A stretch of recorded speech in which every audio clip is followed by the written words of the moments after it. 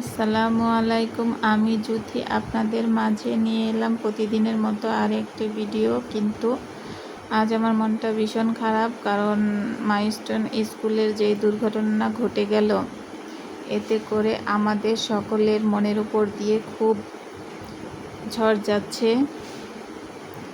শোকাহত পরিবার তো শোকাহত আছে, তাদেরকে সান্ত্বনা দেবার মতো ভাষা নেই। পুরা জাতি, পুরা দেশ, সবাই শোকাহত।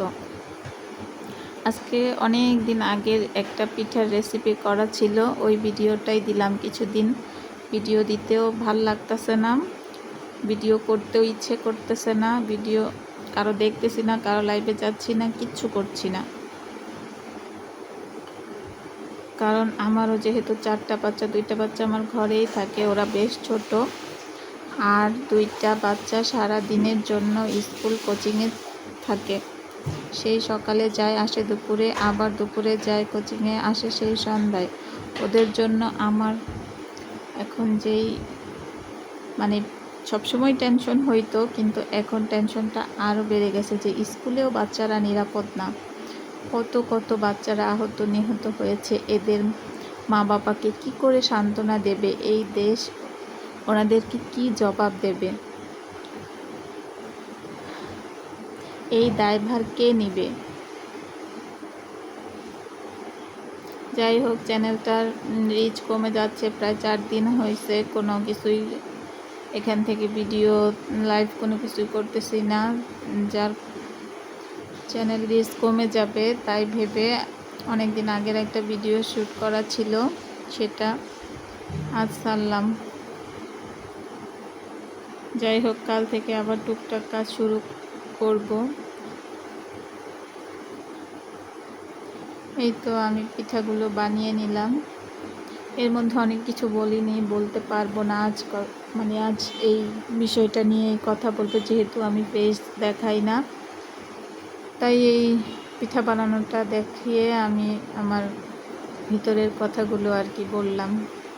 আমি একজন মা, আমার এই প্রত্যেকটা বাচ্চার পোড়া দেহ দেখে আমি চিৎকার করে কান্না করতে ইচ্ছে করে। চোখ বন্ধ করলে এগুলোই দেখতে পাই আমি সারাদিন। রান্না বান্না করি ঠিকই, হালকা পাতলা, ওরকম কিচ্ছু করতে পারছি না, মন থেকে আসছে না। শুধু ভিডিও দেখছি, ওদের ভিডিও, ওদের স্কুলের খবরের ভিডিও, তারপরে ওরা কতজন বেঁচে ফিরলো, কতজনকে পাওয়া গেল, কার কি হইল, একই ফ্যামিলির 2টা ভাই বোন চলে গেল, ওর মা বাবা কি করে দিন পার করবে। এই পৃথিবীতে যতদিন বেঁচে থাকবে সবাই এই ঘটনাটা মনে রাখবে, বিশেষ করে যারা ভুক্তভোগী পরিবার, তারা কিভাবে নিজেদেরকে সামলে নেবে আল্লাহই জানে।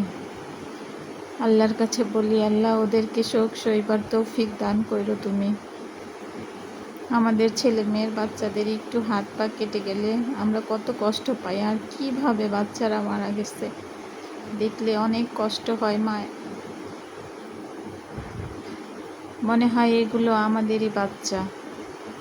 বাচ্চা তো বাচ্চাই, আসলেই বাচ্চা তো বাচ্চাই, আর মা তো মাই।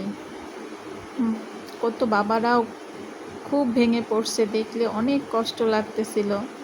একটা মামা তো তার ভাগ্নিকে টিয়া পাখি, ময়না পাখি করে ডাকতেছিল। এই দৃশ্য আর দেখা যায় না। কি করে সইবে তাদের আত্মীয় স্বজনরা? আমাদের কিছুই লাগে না, তারপরও সহ্য করতে পারছি না।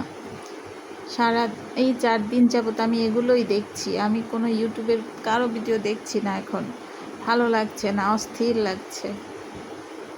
কারণ আমার নিজের বাচ্চারাও সারাদিন বাহিরে থাকে। স্কুলেই যদি বাচ্চারা নিরাপদ না হয়, তাহলে কোথায় নিরাপত্তা?